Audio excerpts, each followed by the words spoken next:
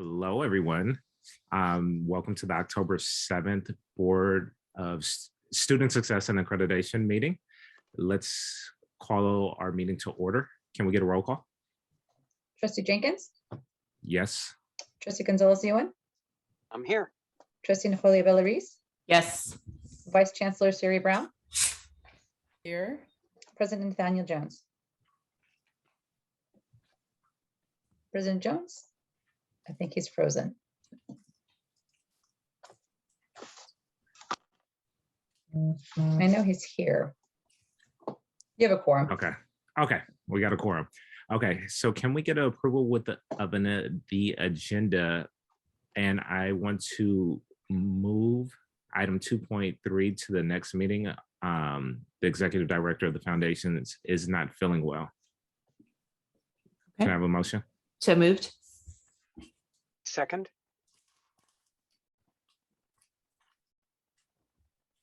Okay, roll call. Trustee Jenkins? Yes. Trustee Gonzalez-Ewan? Yep. Trustee Napolia Bellarice? Yes. Vice Chancellor Siri Brown? Yes. President Nathaniel Jones? I think we lost him. Okay. We'll come back to him. All right, moving forward. Public communication. I have student trustee Cooper. Let me move them over.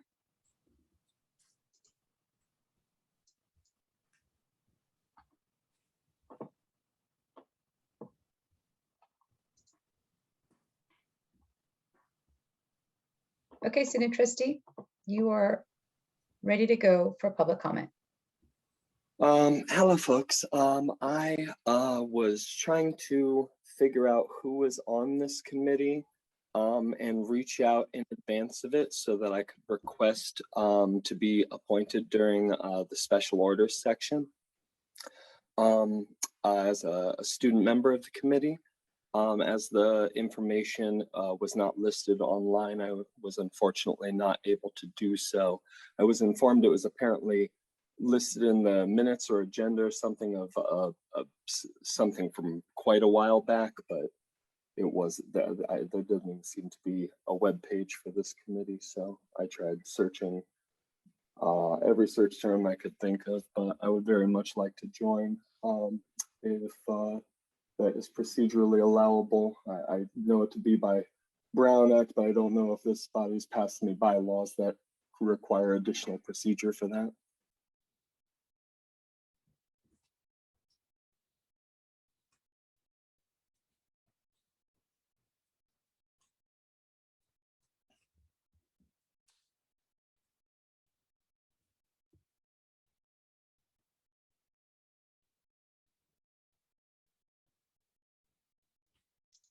Okay, next on the list. Does anybody else have any public comments they'd like to make?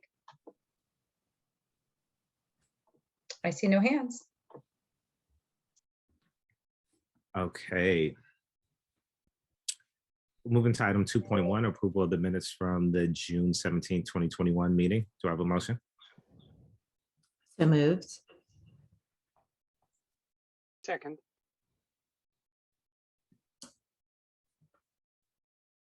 Roll call. Trustee Jenkins? Yes.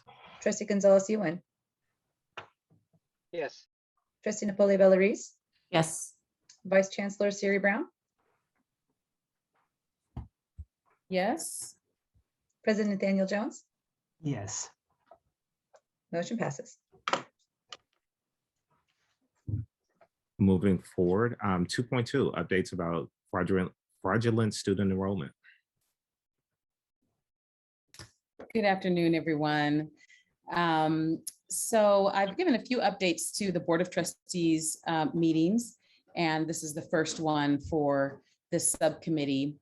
We're continuing to do everything we can, all hands on deck, to battle the fraud that's plaguing the state system. Since the last report to the Board of Trustees, I think I reported to the Board of Trustees that we met with the Department of Education, Office of Inspector General, and are assisting with providing them data as they seek to find out who's behind the fraud. And then since that time, we also have met with the state chancellor's office, the CCC Tech Center, and have attended one of their meetings, and they are planning a workshop coming up. I do want to say that one of the things that's happening is that people are doing what we're doing here, reporting about these things, and then the people behind the fraud are watching these things. And I'm not trying to sound paranoid, that's literally what's happening. People have posted things on YouTube about how to do this. All kinds of things are happening. So at this point, the state is sending us memos saying confidential, do not share, and they're inviting people very selectively to meetings and verifying that they are who they are, because the people behind this are just 24 hours a day, it seems like, on the internet, paying attention to what the state and what the various districts are doing to mitigate the fraud. So that does just sort of limit kind of what I want to say in terms of the details, since this is a public meeting. But we've been doing a good job in comparison to other districts, from what we've been told by the state, around flagging those who we perceive, those applications that come from CCC Apply that appear to be fraudulent, and combing through class records, student rosters of classes either reported by faculty to us or that we notice odd enrollment, where the next morning all of a sudden there's 15 new students in them. We work down to the details of the various indicators in a manual process to verify the information that the student has put in. They're putting information that it takes time to just see if the information is correct, but it's not necessarily so difficult to see the patterns. But the time is needed because we also are trying really hard not to flag students that are real students that are here at Peralta seeking career advancement and education. Since the last report to the board, which was on September 14th, I reported that there were 3,473 fraudulent enrollments.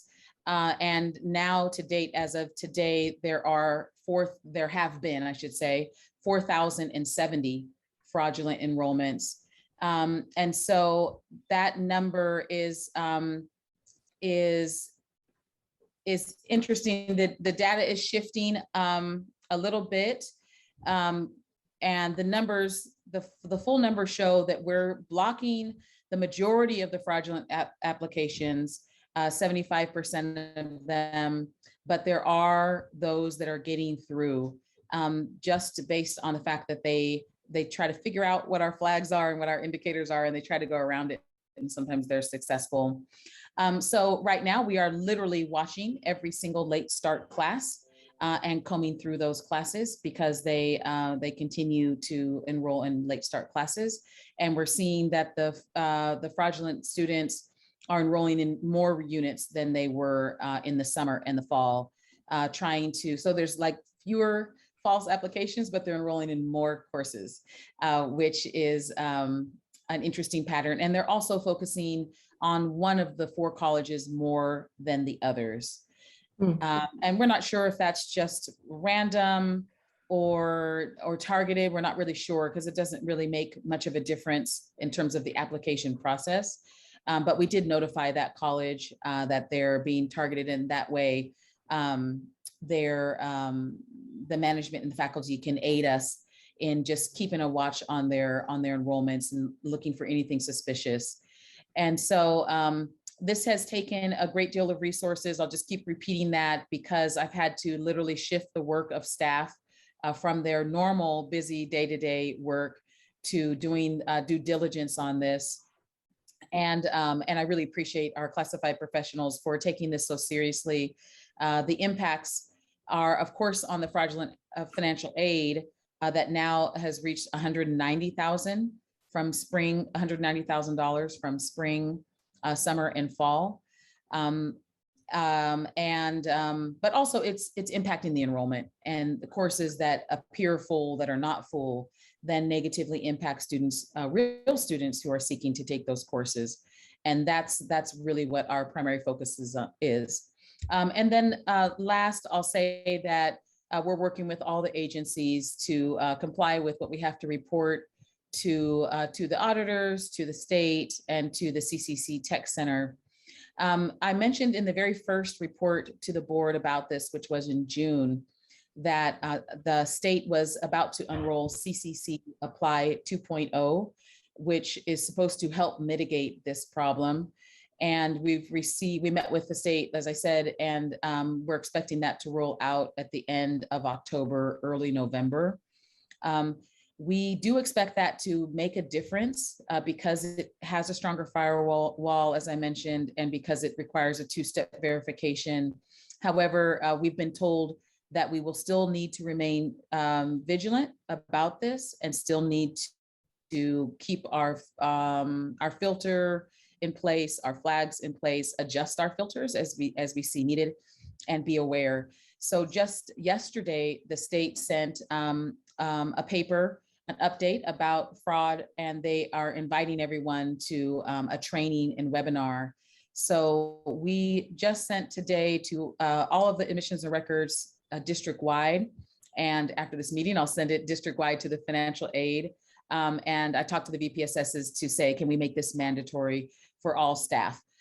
Because for all A&R and financial aid staff, we want to just make sure that we're as up to date as possible and that everyone keeps this issue in mind and you know, dedicates their keen eye and their careful review so that we can keep the seats available to the students who are seeking an education from us. And I can take any questions or we can dialogue if anybody's interested. Thank you so much. Do we have questions? Yeah, I just have a couple of questions, Vice Chancellor Brown. I think you may have already answered this in your later statement. So 3473 to 4070 for spring, summer, and fall, right? 4070, spring, summer, and fall. Okay. Right. And in your conversations with the state, have they talked about a couple of things? One, productivity and how this is going to be at the end of it all affecting us and all of the other colleges in the state, because whatever our productivity ends up becoming is going to be far less than we had imagined. And then number two, just the financial impact that deals with productivity, right? Because if we didn't have these many students for the past year or so, what the financial impact is going to be, and whether the Chancellor's office has an eye on that, and those conversations are either occurring or to come. Those are really important questions because as we look at the data this month and prepare to look at what the target will be for next year, we have to pay attention to all of these factors. So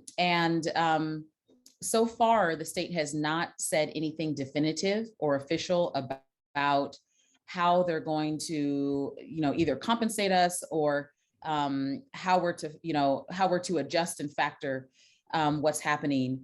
I do know that they are discussing it because we the districts are bringing it to them saying, hey, you know, this is going to impact our 320 reports. This is going to impact, and it's not over and it's not our fault. So I imagine that they will be sending us something official because I've been hearing about talks, but I haven't seen anything official. As for my role and the role of finance in setting the target, that's due, according to the budget timeline, it's due in the month of October. And we use the BAM model, the old BAM model, even though it might be shifting to do that, as you know, and that looks at the last 3 years of residential FTEs. And that means that spring 20, this last spring, would be a part of those calculations. So since we do know the number of applications of false enrollments from last spring, and it was very small last spring in comparison to summer and fall, then we can factor those out. And we have the data by college and do the best that we can to make sure that what we're looking at is the actual real real enrollment and real FTES. But we do hope to hear, something from the state to guide us, especially because they've told us it's going to continue. So if it's going to continue and we have to use all these resources and shift resources to battle it, and it has the impact like you're mentioning, then how is the state going to support us in that? Yeah. And of course, the other question that comes to mind for me is how can we help mitigate this for the other students who have not been able to enroll, right? Because we are kind of concerned with the false enrollments or the fraudulent enrollments, but we are losing so many other students who could potentially have been in our classes and at the district at a time when we already have declining enrollments. Exactly, yeah, and we don't know how many, we may have lost who tried to take that class. Right. But we can already assume that that's happened, and we know that it's happened. And hopefully we'll be able to get some better data around that. It'll be difficult to do, but what we're preparing for, and I don't want to say too much. Yeah, don't say too much. I won't say too much. We're preparing for spring 2022. Spring 2022 is a really important semester for us, and we're not alone in that. Because we're coming back in face-to-face. The majority of our classes are, well, it depends on the college. The range is from 45 to 60% online versus face-to-face. But because we're coming back in person in full, and that is what we're planning, we really want our students to know that they can come back. And so we're doubling up efforts to get ready for the fact that the fraudsters are probably also doubling up efforts as we get closer to our enrollment. And yeah, I mean, I think that's it. We're really trying to stay in front of it. And I did say this before, and I'll say it again, that the Department of Education Office of Inspector General really applauded us, Peralta, for our data and how much we're doing around it. And they asked us to partner with them and provide them information. And I was really proud of that because I have just brilliant staff in admissions and records that have been working really hard on this. And when we have coffee one day, I'll tell you what they have to do around this, because it's really detailed and it's really tedious. And it's work that, is not normal to their day-to-day job. So thanks to them for that, we were able to turn over a lot of really good, important evidence that hopefully will aid their investigation. Thank you. Yeah. Trustee Gonzalez, you in? Thank you. I might have missed this in your report. I was in the car for part of the time and trying not to crash. So if I missed this, pardon me. So we've had roughly 4,000 fraudulent applications, something along that. And we know that it's impacted enrollment because we can see classes fill up and then poof, they disappear. So I'm wondering if we have a better understanding of how many classes we might have lost because now all the students have disappeared and we've only got 3 students in the class or whatever it is. Do we have a sense of the scale there? And I'm thinking this must be at least partly a negotiations issue. That is, to some extent, there's negotiated class cap sizes. Mm-hmm. So if we're going to over-enroll a class in anticipation that we've got X number of people who really aren't there, they're ghost students, one way to mitigate that might be to over-enroll a class, but that would require a lot of coordination with the faculty and then with bargaining with the PFT to accommodate the fact that then if we over-enrolled it and then those students don't disappear, what are we going to do with all those extra students in these huge classes? Do we open another section? Do we compensate the faculty member above and beyond? Is that something that is the enrollment impact big enough that we need to be thinking like that? Like, all right, we just know we're going to get a certain number of GO students. We've got to figure out an enrollment strategy that accommodates that, but that's going to require coordination with faculty. Is that within our scope of thinking at this point? No, absolutely not. We have never talked about over-enrolling classes going above the cap as a solution, because that's not a solution.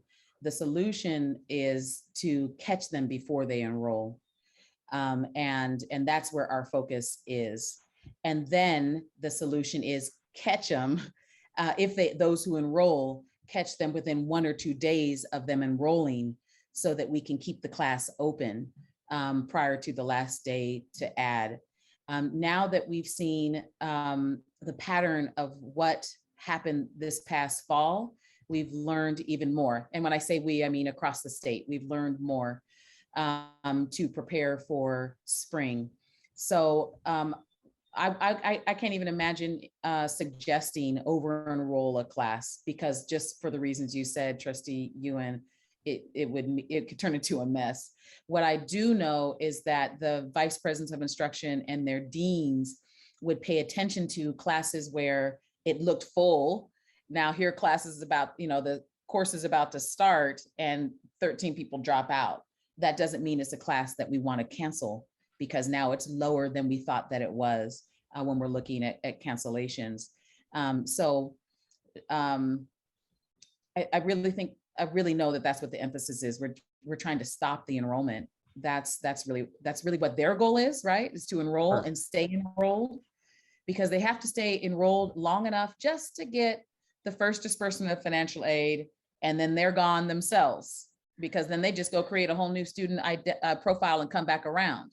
So there's a time frame in there, and that time frame is what our focus is, and that time frame occurs prior to the first day of classes, and then into that first week of classes, where we really focus, but then all the way up to the last day to add, which is after the first 2 weeks of class. Well, it seems like obviously we're trying to do that strategy, like stop the enrollment to begin with, but it seems like the impact is threefold. One is that we're losing enrollment dollars because a class may appear to be full. Genuine students look and they say, darn, can't take that class, I'm going somewhere else. And so we lose that student. That's the second impact, is that the student loses out because they think the class is full. And then the third impact is potentially the instructor might lose out on a contract because the class might get canceled, or an additional section might actually be added if we had an accurate enrollment count. And so that if we have a better sense of what that impact is and what its effect is on those three things, student options, our actual enrollment, and then on instructor stability, their contract, their income stability, then we might think about this other strategy. But if it's not a big enough impact, 4,000 sounds like a lot though. And if those are 4,000 students on our books who we're not going to get paid for, and then those are 4,000 students we didn't get because they went somewhere else, that seems like a big deal. So I just, mention it as an additional, not a substitute for stopping the fraudulent enrollment to begin with, but an additional strategy if in fact this is persisting. It's your job though, not mine. I'm just suggesting it. Yeah, it's I do hear what you're saying and understand what you're saying, and it's making me think of a couple of things that we might do in terms of just aligning where the fraudulent enrollment is and coordinating with the VPIs around what courses get cut and which ones don't. we're definitely chasing a ball that's rolling downhill. So it's hard to stop and study it, and examine it when we're trying to mitigate it. But you're bringing up things that are definitely worth thinking about. We do have, 27,000 students and 4,000, and those are duplicate head counts in that 4,000 to date. So the majority of our students are enrolling and getting the classes that they want, et cetera. So we should put it within perspective, but that doesn't deny the fact that this is still an issue.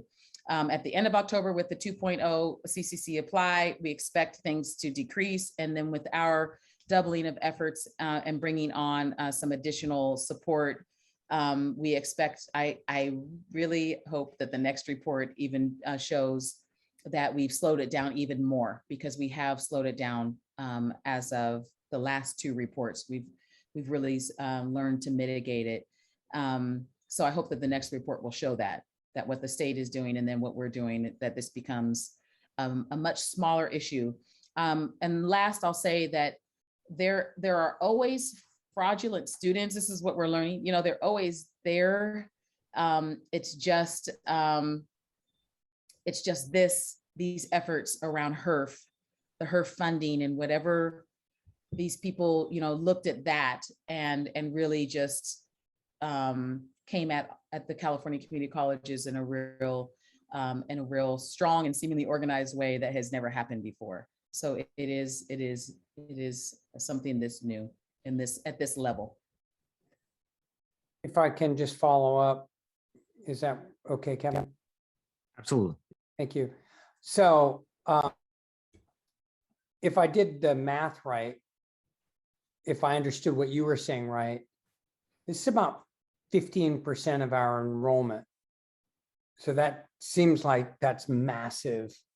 When we look at a 2% drop or a 4% drop, we're like, oh my God, this is panic, right? And so 15%, while it's not, we still have 85%, that's good, but 15% seems like, I'm sure it's like you're pulling your hair out over this, everybody is doing that.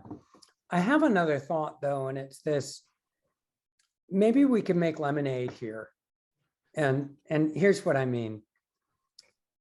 Maybe this is an opportunity for us to rethink how we do student success and student support. One of the things that we know works is personal contact,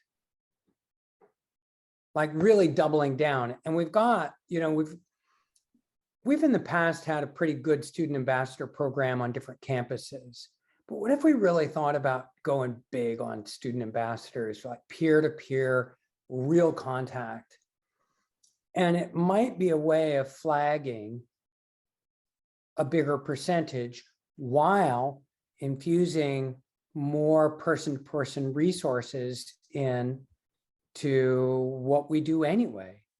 It's like, I know that that's the single most important thing that I've been able to do as an instructor, is when I'm able to get more student-to-student, peer-to-peer support, students do better. And the students doing the support do better because they take on leadership roles and learn life skills and all of that stuff. So, maybe it's an opportunity for us to also think about how we do real human contact. Because I think that for a lot of our students who are actual students who start and then they disappear, some of that is that they just they got lost in the system because they didn't have that hand reaching out to them. Just a thought. I know it takes resources. It all takes resources. It does take resources, but the student ambassadors, and I totally agree with you. The student to student and student leadership to student is a model, and there's many names and ways to do that. And the colleges do use student ambassadors. And I'm sure that Dr. Jones could talk about how it works at COA, because I know COA is very engaged with this as well. That's why we're looking forward to spring and getting back, so that students can engage with students and we can use some of those tried and true measures for the human contact that our students need to be successful and be a part of and feel more a part of our community than has happened online. So there's definitely a lot of lemonade. We'll see lower numbers of fraud. I'm just projecting that just based on what I've said. This colleges, I mean, I meet with the VPSSs all the time and the VPIs, and we have an enrollment management, committee as well. And the colleges have all kinds of exciting activities and engagement that they're going to do to make this spring return really exciting for students and very welcoming to students and very warm for students. And with the decline in enrollment, the increased attention on retention and persistence is even that much more in front of us for those of our students who have survived through the pandemic and stuck with us, and stayed in school, and those who were not able to and are coming back to us. That's the focus is connection and community, student to student, staff to student, faculty to student, et cetera, so that we can really show the community how much we have missed them and how much we're ready to just embrace and move forward in supporting their goals this spring.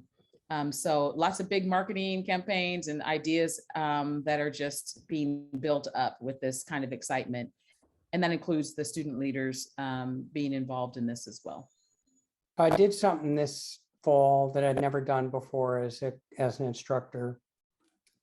So I have group interns that work in the political science department. And in my classes, my goal then was to have every single student in my class have a 15 to 30 minute sit down with one of the interns at the beginning of the quarter. It was 100%. It was mandatory. And I've trained up my interns to do it. We prepped for it. It was a massive infusion of resources, but it's really paying off. It's something I'd never thought to do, but I was thinking, well, what if we said, hey, every single one of our students at Peralta is going to get a face-to-face meeting at the beginning of the quarter. I mean, that's a huge goal. We don't have the resources right now to do that, but what if we said, no, every one of them is going to sit down with a peer mentor and get welcomed. Mm-hmm. I just thinking out of the box, making lemonade. Good luck. Yeah, thank you. Yeah, and great ideas in the classroom for sure. So I'll be brief, Dr. Brown. What kind of engagement has been done with our students, letting them know that this is an issue? Because I would hate for somebody to be on the wait list, get frustrated and go to another college or just drop off because there are fraudulent students and they're not aware of it. Trustee Jenkins, that's a really good question. And I will tell you that we've done no engagement with students around it. Another good idea to think about, but we have not. We've just tried to stop them from coming so that students could enroll. As we prepare for spring enrollment, I'll take into consideration your comments as well as Trustee Ewan's, so that we can look at what might be possible for students. We want to, the VPIs and their deans and myself will be really monitoring enrollment really closely so that wait-listed classes with real students, that we open up another section immediately before the semester starts. We really want to accommodate students, whether they're taking online or coming face-to-face. And that close monitoring is also a way to closely monitor the fraud, because anything that's full and has a wait list, we're looking at it and then we open another section. We wouldn't do that if the students in it haven't been verified as our actual students. But thank you for the idea. I'll have to think about that and have us kick that around. I would also Absolutely. add that in addition to all the many things that Dr. Brown has indicated, she has also reached out to the faculty, and we are engaging with the faculty to support these efforts and to help identify potentially fraudulent students. And so we are coming at this from a multiplicity of different perspectives, and even the faculty are introducing activities very, very early in the course to facilitate engagement, to help one, student success, but then also to help identify potentially fraudulent students as well. And I think that those kinds of efforts will hopefully bear fruit, but also as we shift to a higher percentage of instruction online, I think naturally some of that fraudulent activity will come down, because it'll be harder to mask as a legitimate student when there is a higher degree of expectation that you actually show up someplace and there's someone taking roll and so forth. So I think that some of that is going to happen anyways. Yeah, we definitely have had a lot of faculty who've been very, very diligent. And I need to check this, but I believe we had the most successful return of census rosters that we've had in recent years, for sure. I noticed it when we drew the numbers the day after census. And I was like, oh, this looks good. Looks like strong return rates. There was a lot of messaging, and it helped faculty to you know, when they're doing census, to also just look at students who hadn't logged into the Moodle, to the Canvas shell, or done any work at all. It's great. And I appreciate the faculty for working with us. Question, I know there's some things that you can't say because you don't want the hackers or fraudulent students to get ahead of us. Do you think we'll be getting a report in closed session, the trustees? That's up to the chancellor. You know, I'm always willing to, and I could come.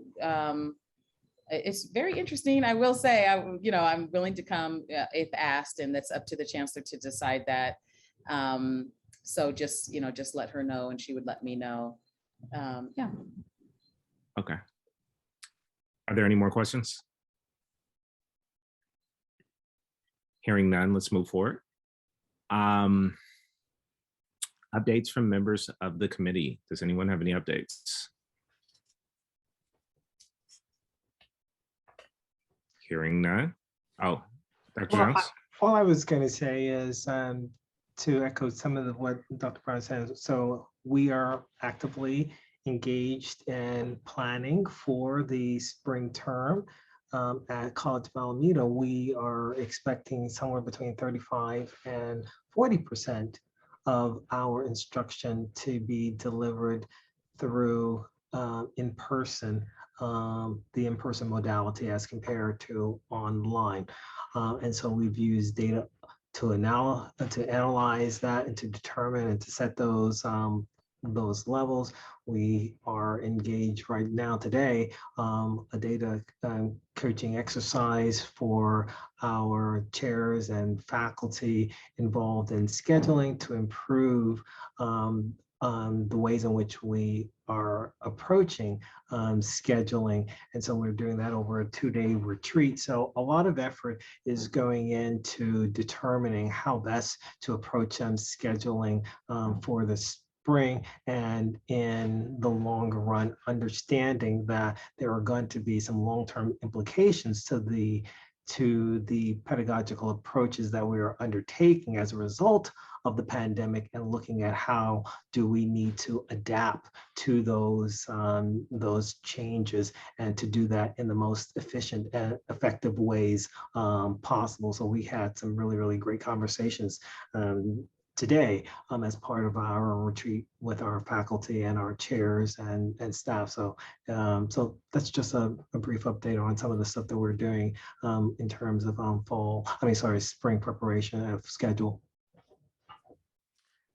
Dr. Jones? Yes, Chair Jenkins, are any of those classes going to be taught HighFlex or hybrid, or will those 35 to 40% classes be only face-to-face without the other option?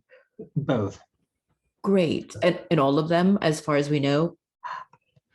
I don't even know. I say when we say the 35%, that includes face-to-face, and it also includes the hybrid, the Okay. classes that also have an online and a face-to-face component. So when I say that, that includes both of those different types, 100% face-to-face and the hybrid classes as well. And, what will be, especially since we're still trying to figure this out, we're still trying to figure out what our enrollment looks like, how things are going, as you were saying, how we need to adapt to the new way of doing things post-pandemic or after this portion of the pandemic. I think it'd be really good, and we'll talk to the chancellor about this, getting reports in the beginning of the semester to just kind of get a sense of how it is going. How are people responding? How do our enrollments look? And not just in terms of data, but in terms of what are some of the responses our students are giving us and our faculty are also getting as a result of what we've done in the spring, or what we're doing in the spring, rather. Yeah, very good points. Thank you for that. Dr. Brown? Thank you. Yeah, I wanted to give a report, which actually relates to what Trustee Reese just brought up. The Office of Institutional Research is preparing for the biggest survey of students that we've ever done, at least district-wide. Well, I shouldn't say that we've ever done, but at least in the last 5 years, because of the opportunity that's afforded us this spring semester. And so we've been meeting to organize and are looking at surveys that other districts have been using, because we want to ask our students that are face-to-face, coming back face-to-face, as well as hybrid and online, what is it that you want? What modality works for you? What has changed, post-pandemic? And we're looking at that in a very detailed way, in the way that we're going to administer the survey. Dr. Helen Koo, she's our latest addition to our research team, and her expertise is around these kinds of surveys. And so we're really looking forward to that. We're going to be doing it the very beginning of the semester and right after census. And the reason why is because we want the data and analysis to help guide the finalization of our summer and fall schedule. And we did do a survey this past summer around asking the same question, what do students want? But of course, then we were asking students who were online. Right. So we want to ask, the students who come back in person, along with those who are online. And that is one thing that we're looking forward to, that we hope will help guide, fall and really meet what it is the community, our students in the community is saying that they want. The second thing that's happening is the RFP closes soon for our educational master plan, and we're getting a new environmental scan as a part of that. The trustees will remember the last environmental scan we had in 2018, I believe it was. And we utilize that scan in our enrollment management. But we all know that everything has changed. The demographics of our community have shifted dramatically, and so has the workplace. So this environmental scan will happen in the spring semester as well. And we'll all be happy to share the results with the Board of Trustees about both of those surveys, because I see those as being really important in helping us understand the new normal, as people keep saying. I've said this before, but we're all staying on top of the articles about, higher education has changed. Higher education has changed, but no one has done any research, because it's all happening as we speak. Mm-hmm. So it's just a lot of theories and whatnot. And so we want to use our own local data to help us figure this out. In scheduling for spring, each of the VPIs use data, of course, to drive how they built, but there's also a bit of guessing in that. We've aligned their schedules and the ideas are coming back with marketing, but the spring semester, those two pieces, the massive student survey and the environmental scan, we hope will be very critical to the next several semesters in Peralta really bringing itself back up in terms of enrollment. I might have missed it, but how often are we doing those student scans and surveys?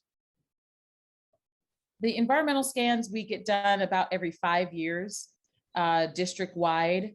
And when they present environmental scans, they are projections, and they're projections that are about 5 years. So we were due one anyway, and we were already talking about it, but then now it just becomes that much more critical. So in the RFP, I purposely put in there a few times, about we need an analysis, the post-pandemic analysis.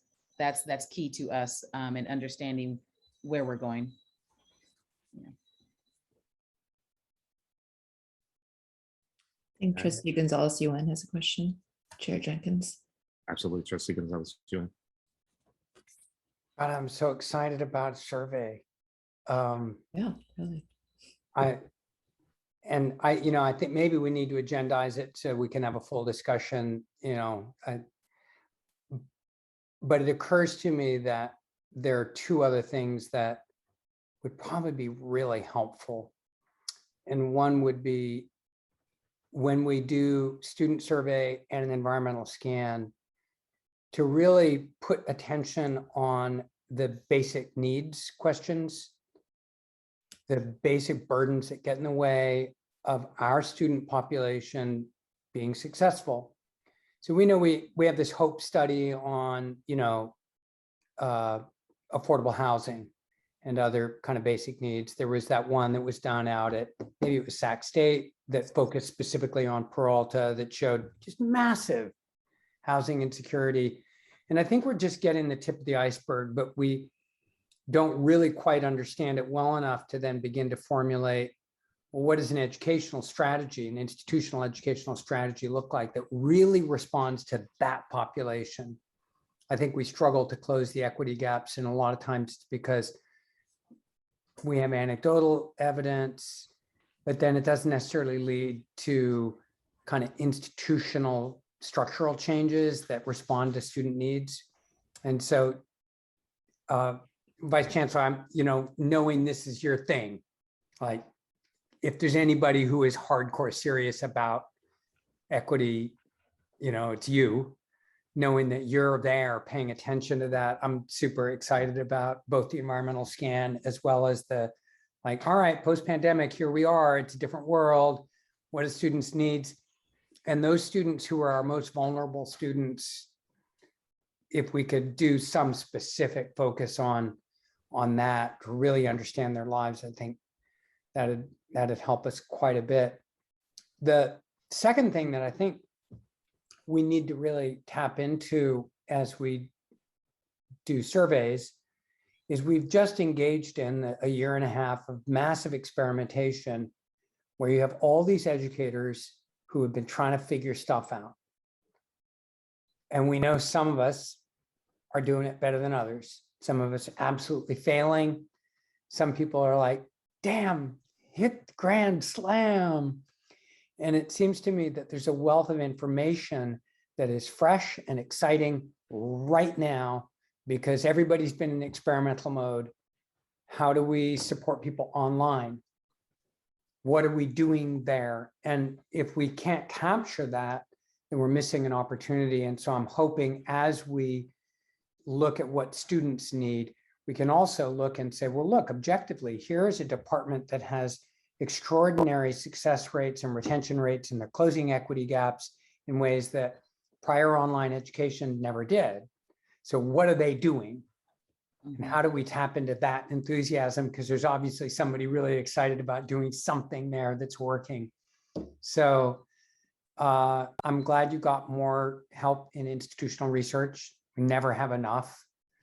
And then when we do it, we don't necessarily use the data in an intelligent way to do institutional transformation and institutional planning. So that those things are happening simultaneously is really exciting. Yeah, it is exciting. I do know that they have instances.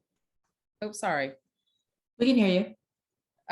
Maybe the video paused. I do know that we have used data very purposely to drive institutional planning. That's really why the growth of dual enrollment has skyrocketed. That's why we have increased the number of stackable and targeted non-credit. I mean, those are all actually really a result of the last environmental scan that told us, what was happening to our community and what our community needs were, and actually those are, I'm sure the next one will say the same thing. We want to get in and we want to get out. I'm working. I'm in a career where I want to advance. And I need to get in and out. And so we're always happy to see faculty developing more short-term and stackable degrees and certificates and the growth of non-credit. Non-credit during the pandemic, so much of that work and momentum we have to go back to. Our non-credit FTS has actually increased, but that's because of the support courses for math and English, as opposed to prior to the pandemic, where there's all this great grassroots work happening from our transition liaisons and our deans, building, and faculty building these relationships and bringing forth, new populations of students who would not have thought they ever could attend. So that's another thing we're looking forward to getting back to, so we can, hit the ground and hit the community again, and really get ourselves out into Fruitvale the way we were, and East Oakland and East Mall and all these projects that were kind of put on hold because of the pandemic. So. But you're right, though, doesn't mean we still don't need to continue to let data, drive our planning, and not just put, reports up on the shelf as completed. Okay, seeing no more comments, it seems like a member of the public might have missed public comments. So I'm going to allow Adam Austin an opportunity to speak if they so choose.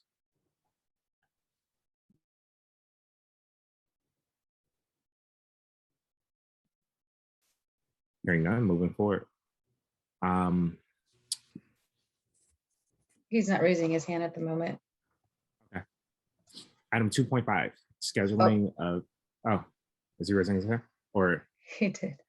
absolutely. Adam, do you want to speak? I'll move you over. Hold on one moment. Okay, he's been moved over.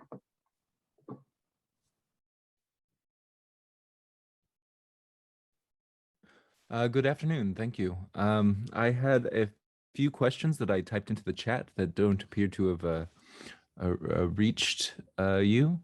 I was wondering, way back, what's the incentive for bad actors to conduct enrollment fraud? And what about classes with high drop rates anyway? For instance, STEM classes like biology and chemistry and mathematics, and aren't these fraudulent students that deprive the legitimate students from enrolling in these classes still eating up their Pell eligibility, and that causes a real material harm to students over the course of their academic lifespan?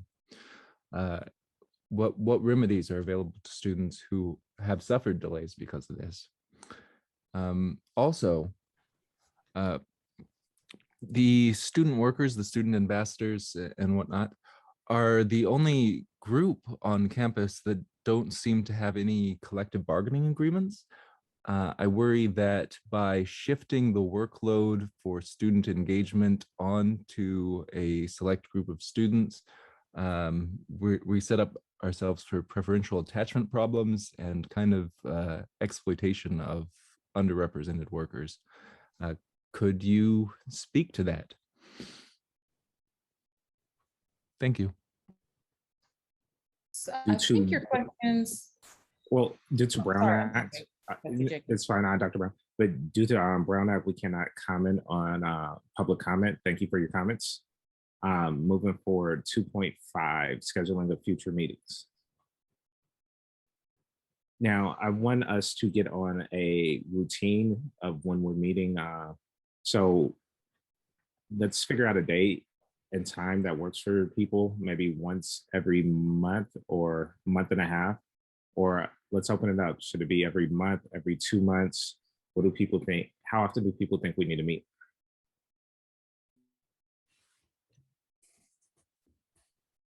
Currently, we're meeting every, it's been a while. We are meeting every month or every 2 months. What has it been? This is our second or third meeting? This is our third meeting. Our third meeting. I think That's been about once a semester, basically. So that's like once every 3 months is what we've been doing quarterly. So then do we want to do 2 times a semester? You know, I think if we regularized it to quarterly, and once every 3 months on a regular cycle, I think maybe, I mean, part of it is I don't want to burden staff a bunch, right? And, Yep, that's right. you know, why don't we see if we do once every 3 months on a regular basis, whether that works, and see how it goes for the year. If it's like, we're totally jammed, we've got so much stuff, then we can revisit. What do you all think? That would be a little more I frequently. think that than sounds. we've been Fine meeting. with that. Okay, let's go with once every 3 months. So that would put us into January. People okay with that? Mhm. So maybe let's see, people coming off vacation. Does Thursdays typically work for people? Yes. Okay. But, about we but do- how about Vice Chancellor Brown and Dr. Jones and President Jones? Yep, Thursdays are good. Thursdays are fine with me as well. Yeah, and thank you, Okay. because Sasha, you always set it out so much in advance. It's helpful Yeah. because then, you know, it's blocked. Okay.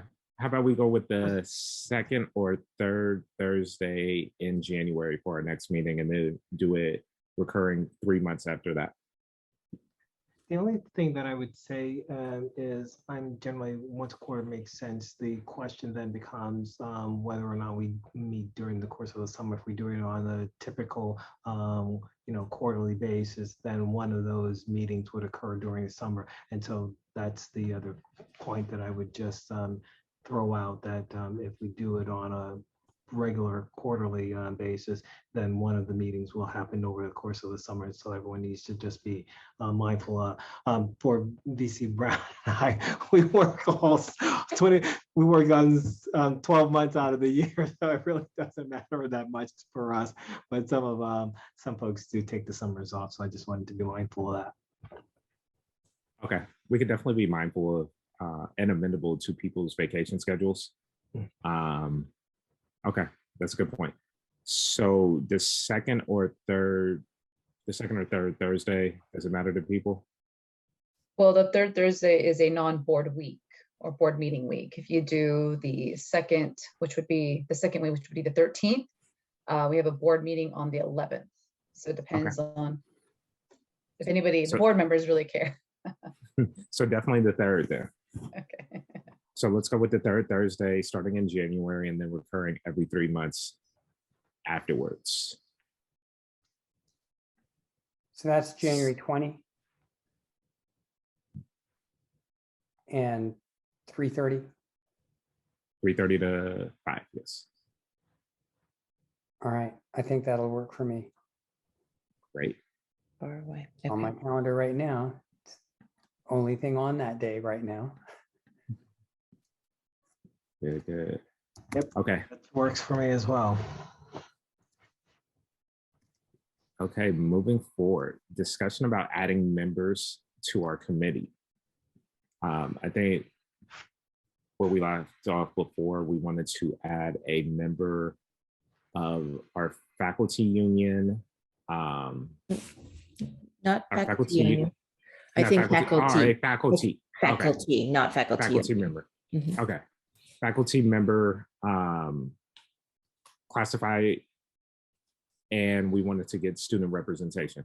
And so it's important that we let people, it's important that we let different people hold leadership roles. It's important that we have encourage our students, foster our students for leadership. I love that student trustee Cooper is pushing the board for student inclusion, and student trustee Cooper has done a wonderful job at that. And I want to see if we can get other students in leadership engaged, and so that they are pushing us as well. So are there any recommendations about getting a student, maybe particularly that hasn't served in leadership, that we can grow and foster them to serve on this committee? And how do we go about getting faculty, and how do we go about getting other members?